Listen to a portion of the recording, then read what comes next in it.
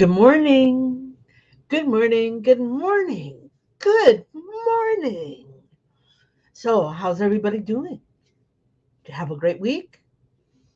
Gonna have a better week? Gonna relax over the weekend? You know, today is Saturday. My Saturdays are usually kind of laid back, but today is like over the top, this and that and this and that and then, oh my. But anyways, I'm here, right? Oh, I guess I gotta go over here to see. Um, all right. So, oh, I know. I'm just so much going on today.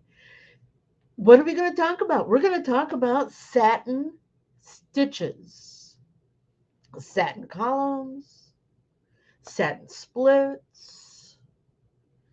Why does the satin split? Why does how what is the minimum? What is the maximum? Everybody likes a good satin stitch. Um, we like our lettering to be in satin. It's pretty. Good morning, Barb. Good morning, Barb. It's good to see you.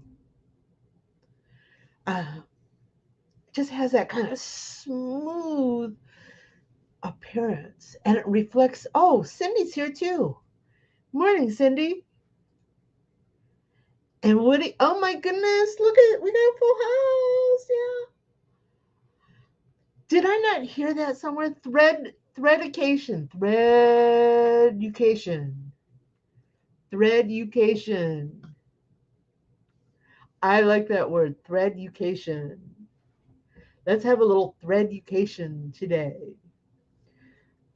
So, again, satin stitches. People like the look of a satin stitch because it reflects the light and it just kind of pops off the fabric or the project, whatever you're working on. But it has limitations. There are some things you just can't do with a satin. There's some things that it can be too small and it can be too big. And that's what we're going to talk about today. We're going to talk about underlaying satin stitches to get your best look. Um, what else? I guess we should just get right into it. Before we get started, does anybody have any specific question regarding satin stitches? Actually, if you have any question at all, just throw it out there. We'll take care of it. But I have my screen here. I'm going to pop up in here. Now, I haven't done anything on screen yet, but I want to show you, just want to start out with a nice, simple satin stitch.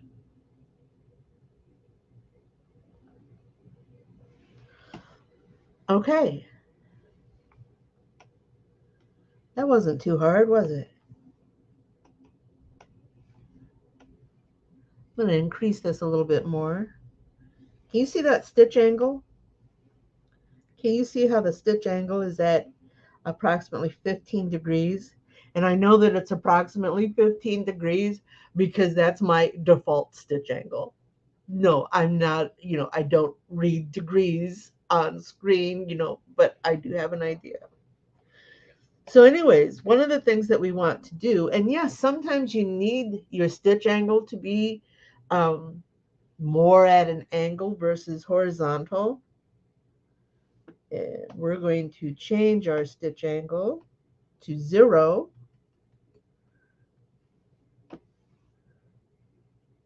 Oh, I was wrong. It was 28 degrees. But we're going to change it to 0. There we are. Because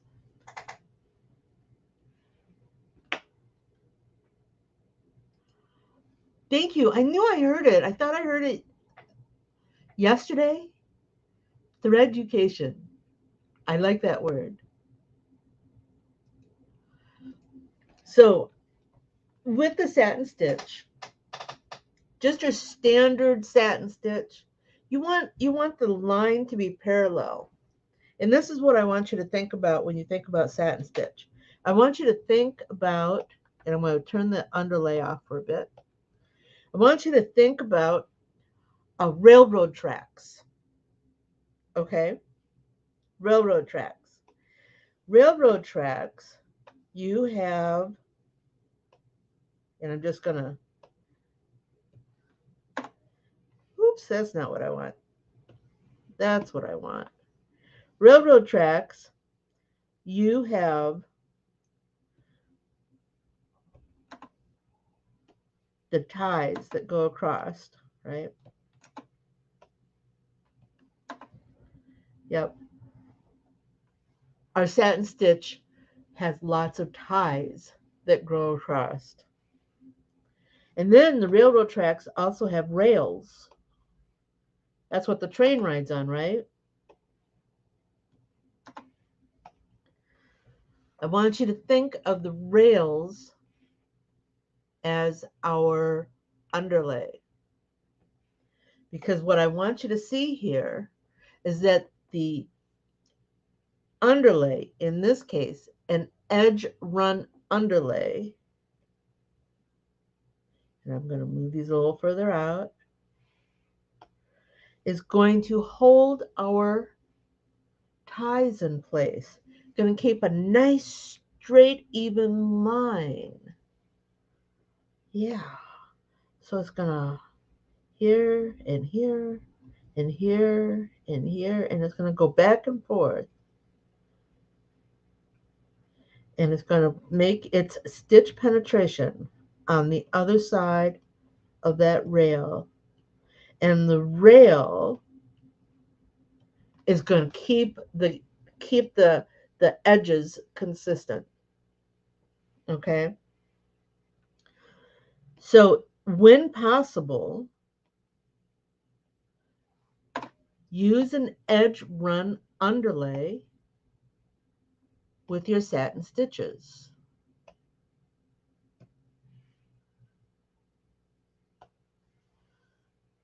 See if we can blow this up a little bit.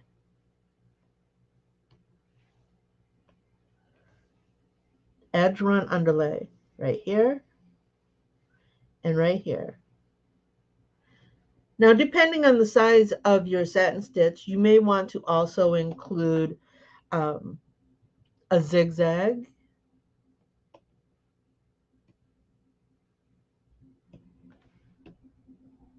Where am I? There I am. You might want to have a secondary underlay that is a zigzag, goes back and forth. Yep. And don't mind this here. This is because my starts and stops are in the wrong place. But remember, we're just talking about the satins right now. Or depending again on the type of satin, you might want to use a tatami stitch, which is just kind of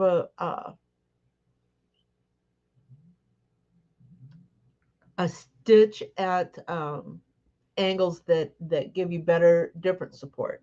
Okay, this, for example, this stitch right here is going to support all of these stitches that going left to right.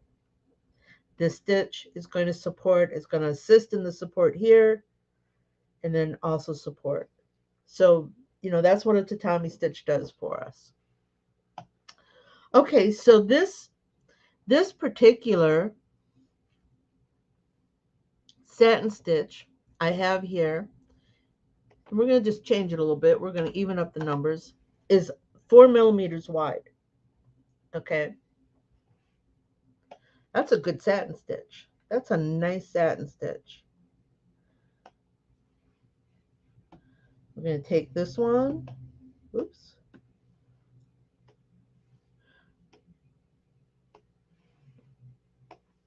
And we're going to make it really, really narrow.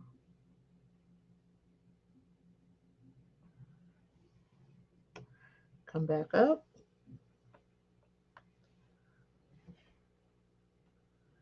This satin stitch is only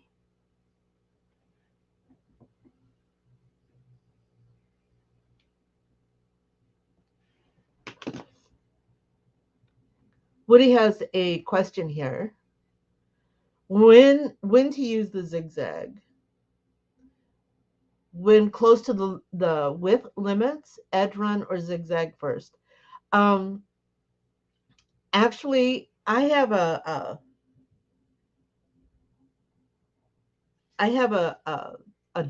a structure that I use with my satin stitches. Um, Up to 2 millimeters, I use strictly a center run. I don't use the edge run. 2 millimeters to 5 millimeters, I'll use a zigzag with the edge run. 5 millimeters and up, I want the edge run, and then I want to do either a double tatami or a double zigzag. So that's, and of course, these are just guidelines that I've created for myself.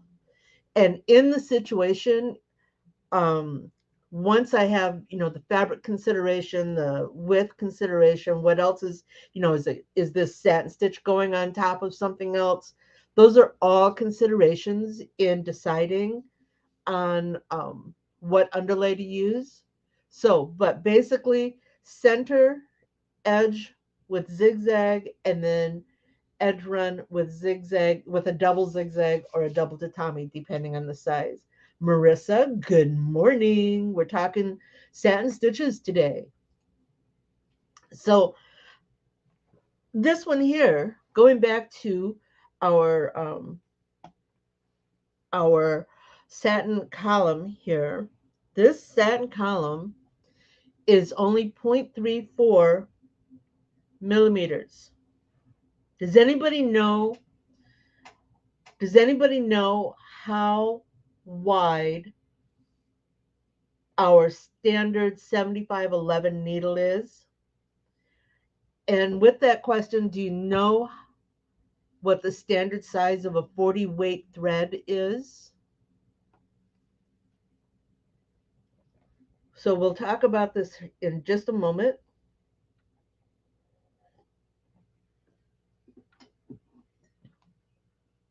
Thank you. And we're using these to illustrate. We're using these to illustrate why you cannot go, why satin stitches don't work when they're really narrow. Okay? So, okay. So your standard 40 weight thread is about, and I almost wish I had my calipers here and we could just measure it out. A 40 weight thread is just under a half a millimeter. Okay. So here is one line of stitches. That line of stitches is a half a millimeter. When you stitch it out, the thread actually is bulked up. It's because thread is round, it has dimension. So this image on your screen is flat. It's not going to give you an accurate representation of the actual size of the stitch. That's why it's called a virtual stitch.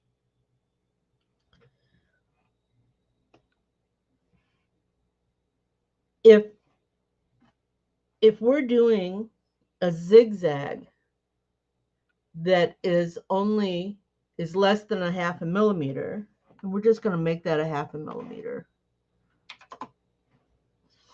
Okay. And we're going to use a standard 7511 needle. The 7511 needle is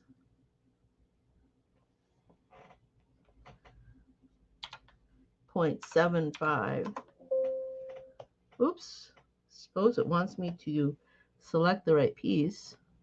0.75.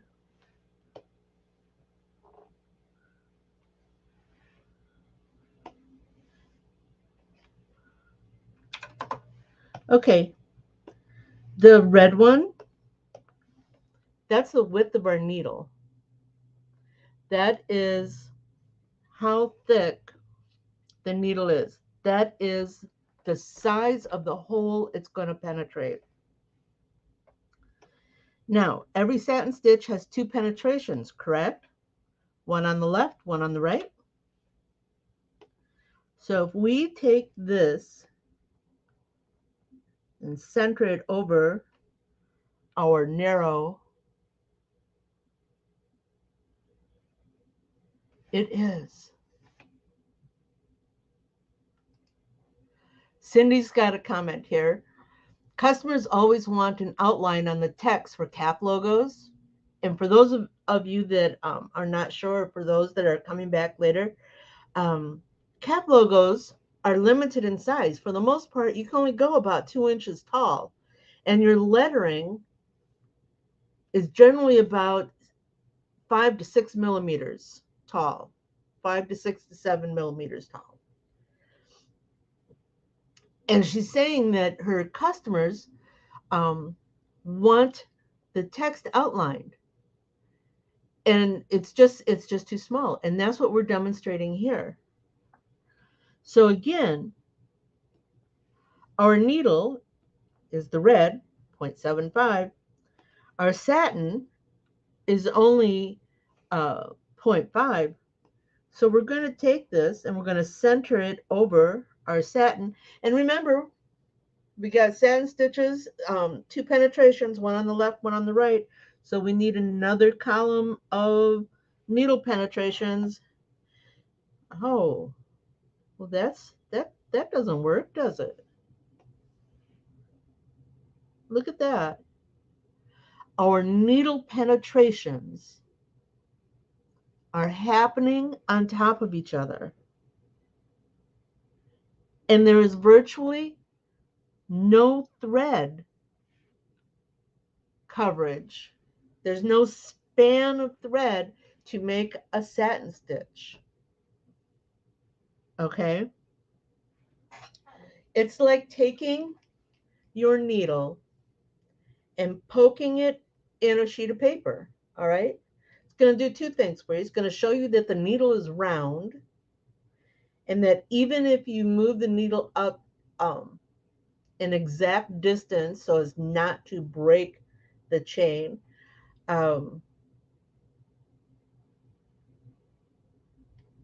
there's not enough span between the two to actually catch the fabric and create the stitch. Okay? So yes, satin stitches have a minimum size. You want your column, where are we at? You want your column, your satin stitch column, to be, and honestly, I prefer a 1.5 millimeter, but there are those out there that will give you a 1 millimeter. Why is this not working?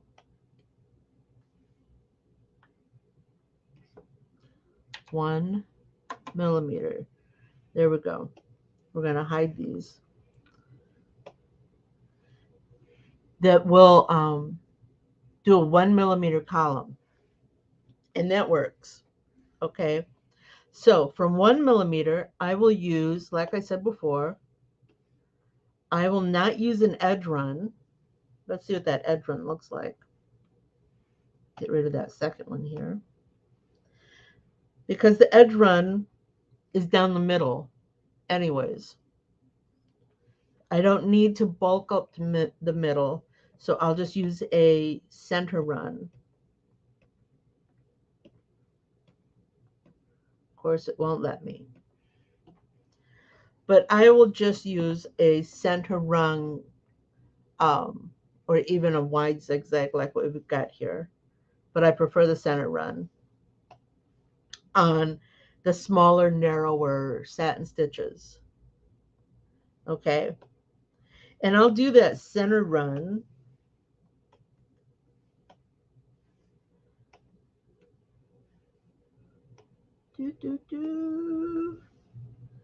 I'll do that center run. Where is it? I know. Up to 2 millimeters.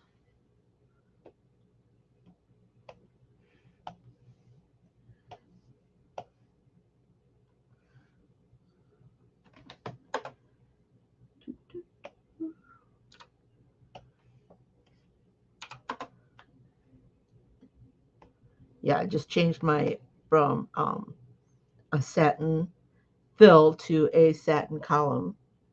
Okay, so now I can do my center run. After 2 millimeters,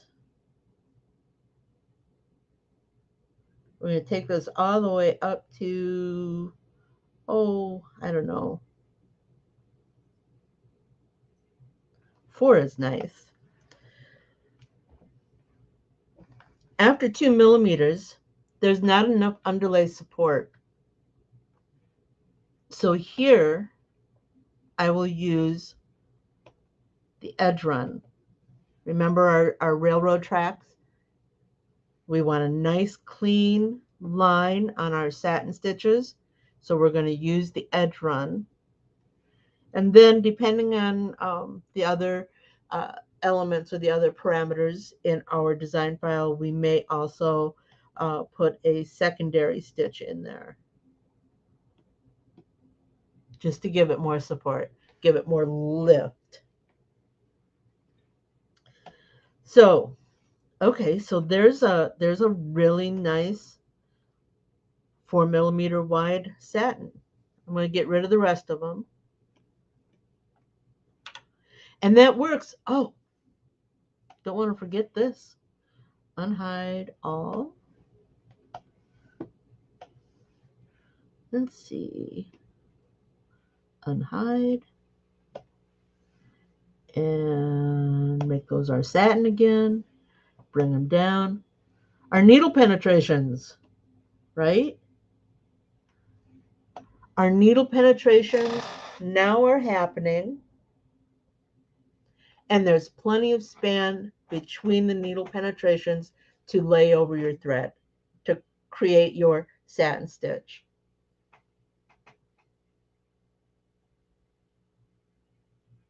Cindy has another comment here. Sometimes when I use an edge run on small items, it peeks out. Maybe tension, but I like using the tatami underlay. Actually, it's not tension.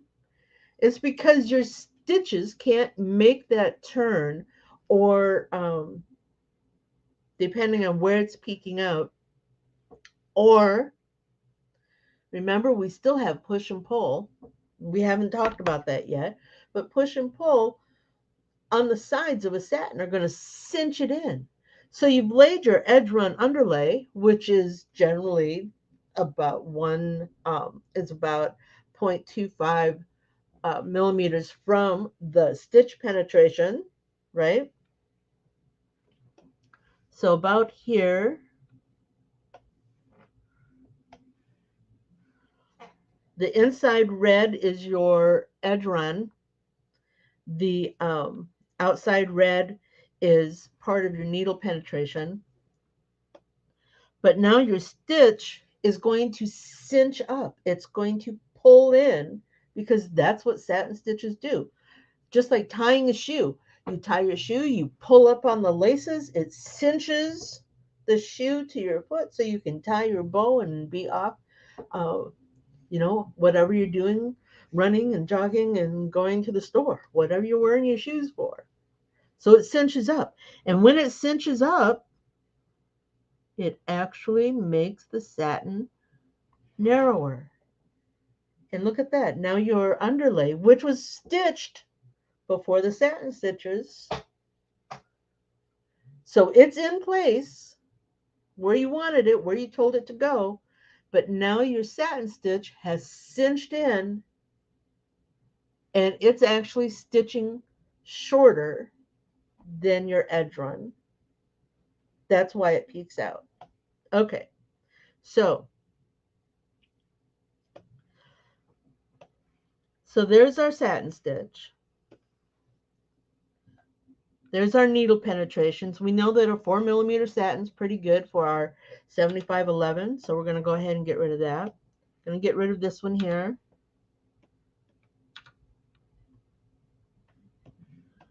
All right, so this is our 4mm satin, and now we're going to make it 8mm. What happened? 8mm is still a decent satin. It's not too long. It's not going to be too saggy. Why does it look like that? Why has my satin split?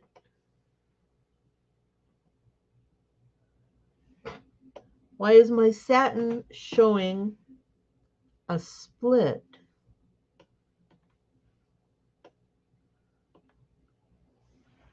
See all this in the center? Those are all stitch penetrations on my 8mm satin. So that means that it's going to stitch on the outside, then it's going to catch a stitch in the middle, and then it's going to stitch on the other side. And it's going to come back, stitch in the middle, stitch on the other side. I don't want, exactly, Cindy, I don't want those center stitches. And Cindy's exactly right. The system, the software, is reading that satin too wide.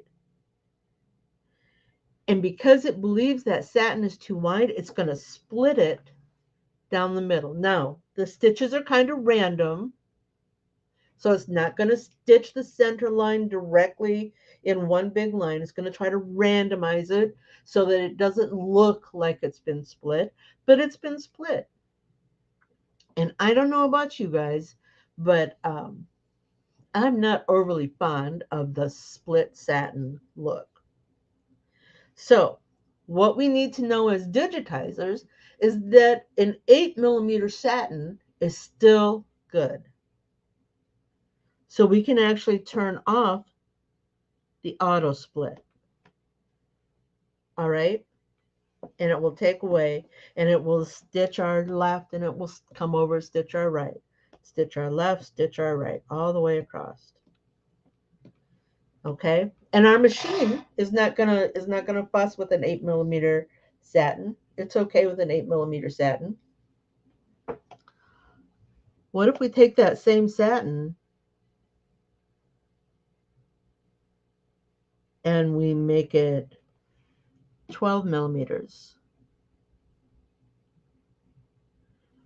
Do we want a 12mm satin? How wide is a 12mm satin? In oh gosh, that's almost a half an inch. Do we want a half-inch satin hanging around on our garment? Yeah, Cindy, yikes.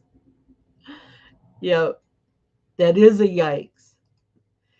An unsplit satin is like stretching a rope across your door. And I say your door because I've got doors going these days. But you take a 3-foot piece of rope and you stretch it across your door, and once you start, it's all nice and tight, but over time, it's going to sag.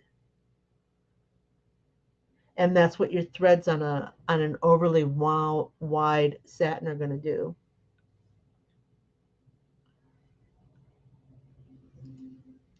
Push and pull, we can talk about that, Woody. We can do that. Just be sure to bring yourself a cup of coffee because you know coffee and conversation.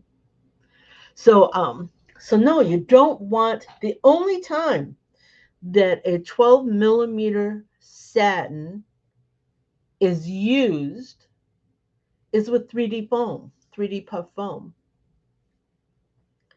Um, and that's because the foam gives it the support.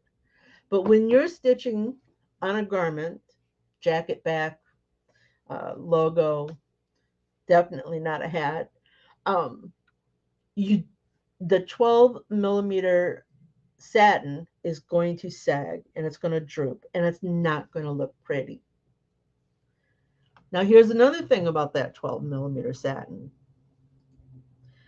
Not only is it going to sag, but your machine will not stitch for the most part. Some machines do, but for the most part, your machine is not going to stitch a 12 millimeter. It's going to make the needle penetration and then it's going to think to itself, I have to go all the way over 12 millimeters to this other place. Wait, that is that exceeds my 2 millimeter max for the next stitch. So this must be a jump stitch. So it's going to stitch, it's going to trim, it's going to move, it's going to stitch, it's going to trim, it's going to move. It will not make these stitches. Your machine is reading it as a jump. So it's going to trim and jump, trim and jump. Um, if that's the case, then you know too early for coffee. Hey, listen, when I get done here, I'm going for cup number 3. Um, but yeah, your machine is not going to stitch a 12 millimeter wide. And yes, even if you change this back down to 11 millimeters, it's still the same issue. Yes, your machine will stitch it, but it's too wide. You can put all the underlay you want in there to give it support. Our edge run, double tatami, double tatami, edge run, to give it all the support, but it's still too long and it's going to sag. All right. That's that is our satin stitch. Max your satin stitch between 7 and 8 millimeters. All right. If you're not quite sure what you want to do, you know, if you're not sure how it's going to look,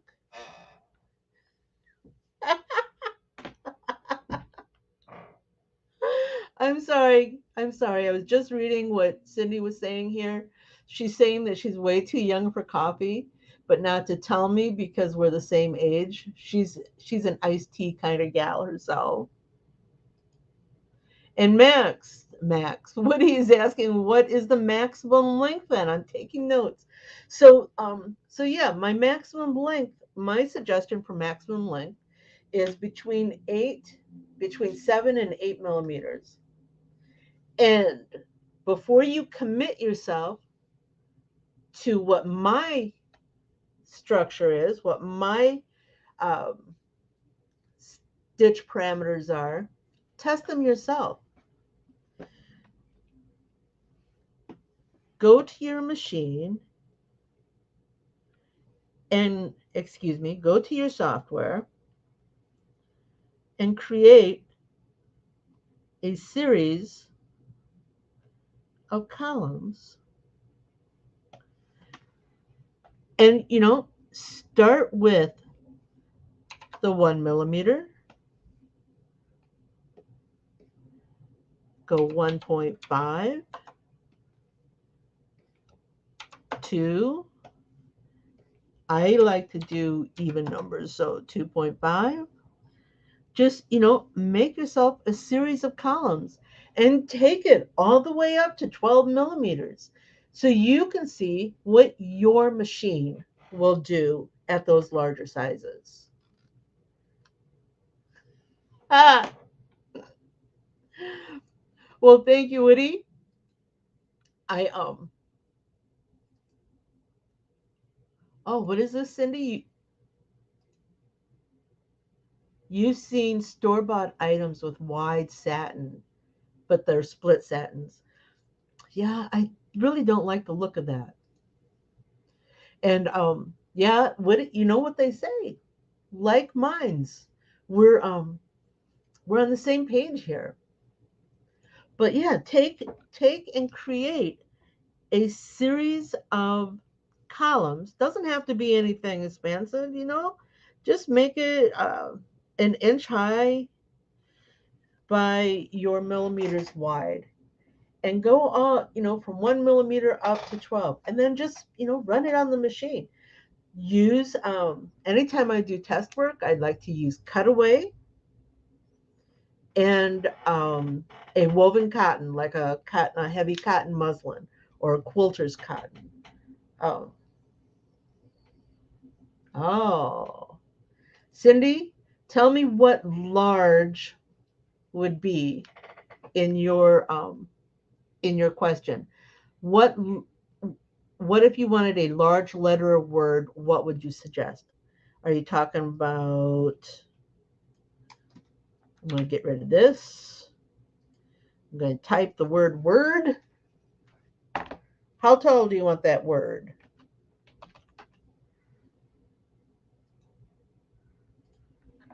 Jacket back. All right. In my world, a jacket back is about 10 inches across. How do you guys feel about that? 10 inches. Oops. Forgot to put my paddle lock back on. 10 inches. Let's go to fit. Texas is 4-inch lettering. Oh my God. Well, we're just going to stretch this to how about 3.75? Okay. So here it is. This is our word. Our word going on the jacket back. Just a simple block font, right? Nothing too serious. But look at all that split satin. This satin is measures 11 millimeters. Yeah, it's too wide for me. Hello, Facebook user. Welcome. So what do I do? First, I break it all apart. So it's in its individual little bits. Then I take those bits and I convert them to a tatami. I know, Cindy, you said that earlier. I convert them to a tatami. I then weld them together. Who are you, huh? Who did not get welded? Yeah, I know. It's just a sample. What are you getting so picky for?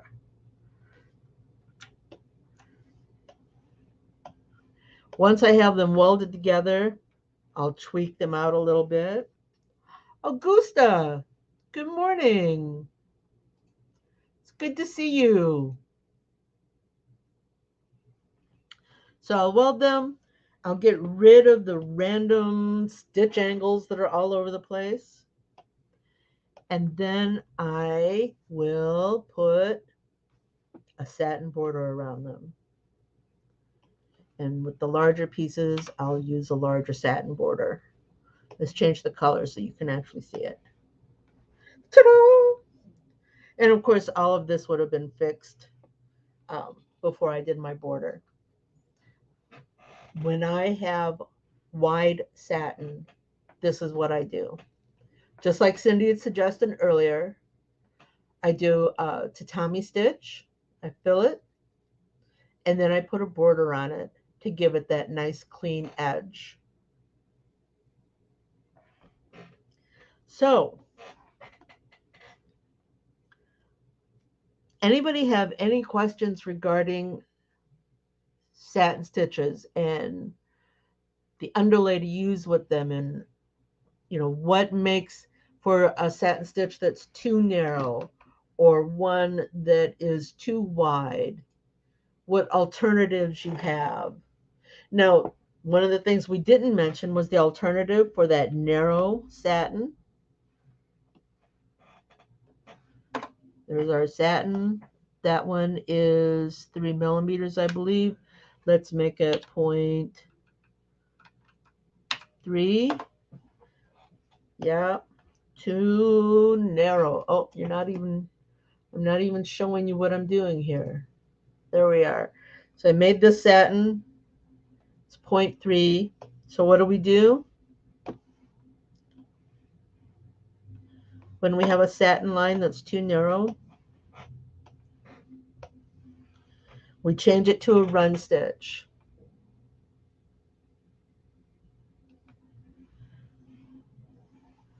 Let me finish this, Cindy, and I'll be right back at you. So we change it to a run stitch. Now there are different run stitches we can use to give it the illusion of width. And one of those that I do is the back stitch. And if we open this up, you can see our back stitch. Let me just change its color. Is now about the size of our really narrow satin stitch.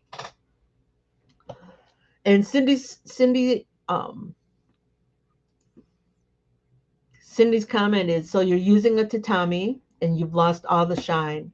So then what? Hey Frank, how you doing? It's good to see you. So what do you do when you've lost all that shine? Well, not that I've had anybody say, but I've got no shine on my jacket back lettering. There is something you can do.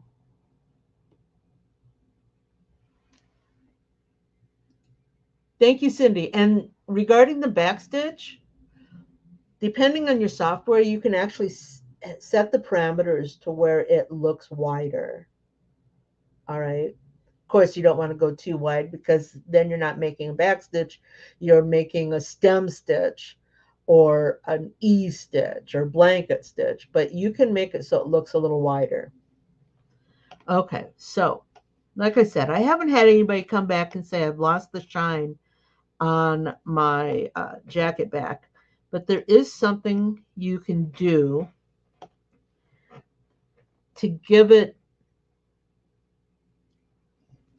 some dimension. And we're going to use our O here. And there are different ways you can do this, but I'm just going to take the simple way here. Let's see. Let's make it blue so that you can see it. I'll select a satin stitch, my satin stitch tool, and I'll start really narrow here. And then I'll put like an interior shadow.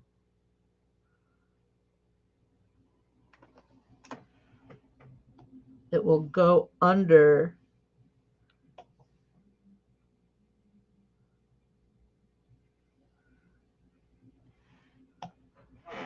the satin border.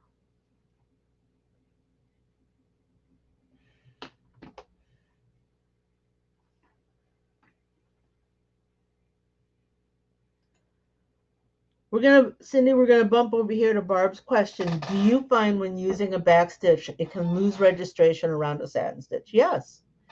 In fact, anytime you use a running stitch of any sort, there is the risk that it will lose registration around the stitch out. And to some degree, you can control that if you're digitizing for yourself. Myself, I digitize for other people. And as much as I try to make sure my registrations, and even when I'm testing, I make sure that I've adjusted the registrations based on my test work. which is cut away in a woven fabric. I can't guarantee that it won't lose registration on your project because maybe your project is a knit with tearaway, not enough support. You could come back and say, well, this is what I'm going to be using. This is what I'm stitching with. And I'll tweak it out to where we don't lose registration on your setup. But then it can still lose registration because I'm using a different machine. My machine and my hooping technique is going to be different from your machine and your hooping technique. So the registration issue is an issue all the way across. No matter how hard and how close we tweak, it's still going to be a possibility that you will lose registration. By how much? Could be very minimal, could be very acceptable. I doubt that it would be extreme, but it could be very acceptable. Going back to Cindy here, you know how satin is really pretty and shiny. Everybody loves a satin stitch, and tatami is flat. Yep, tatami is flat. You can give tatami some texture, but it's still not going to be shiny. Let's take our O, for example. Here, there's some texture. Or what if we did a stamp pattern? What if we put a pattern in there? That could give it some shine. Here, I like the bricks. What do you think? But that's all going to be client preference. Okay. If they say, I really, really want those letters to have shine, then I would suggest this. I would suggest a texture. Yes, Cindy, your machine is going to sew differently than everybody else's. My machines can be built directly in front of your machine on the assembly line, and it will still stitch differently. Could be just very minor, but it would still, because it's a different machine, it was built differently. Here, even identical twins are not 100% identical. There is always something that's going to be different. And thank you, Cindy. I'm glad you like the texture. But remember, it's not for everybody, and you're going to want to test stitch. The thing about texture is that hey, Jesse, good morning. Good morning. The thing about texture is that it doesn't always stitch as pretty as it is on screen. So test it.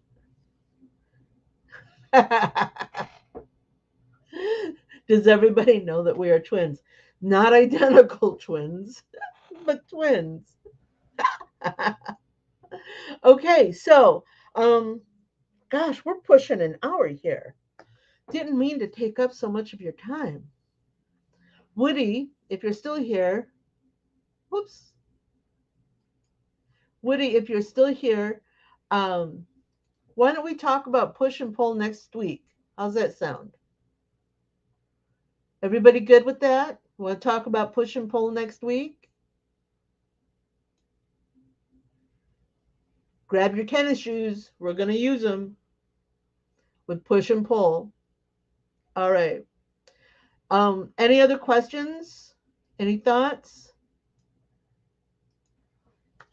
Um, of course, you know, I'm always around. So if you have any questions, any thoughts, pop me off an email. Oh, real quick, before I sign things off, especially circles. Frank, you are so right. Circles with push and pull. Ah, it'll be there. It'll be there, Jesse. It'll be posted in just a moment. But let's do push and pull next week. We'll do the circles. Oh, this is what I wanted to mention. I will be teaching at the Everything Embroidery Market in March, and I have I have tickets to give away. If you would like if you're interested in going to the Everything Embroidery Market, but maybe not sure, if you're going and you haven't bought your tickets yet, check me out on my Facebook group and let's see if we can't give them away.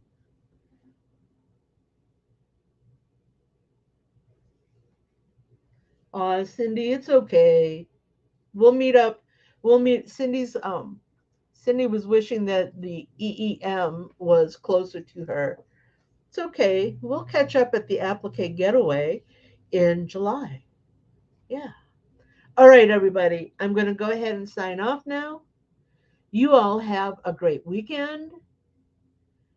You have a better week. Let me know if you have any questions. You know I'm around. Time to go. Wasn't that fun? Do you have more questions? Do you want to learn something new? Join me at quicktostitch.com for coffee and conversation, and we'll talk about it. Embroidery machines, designs, and business. Hope to see you soon. Bye now.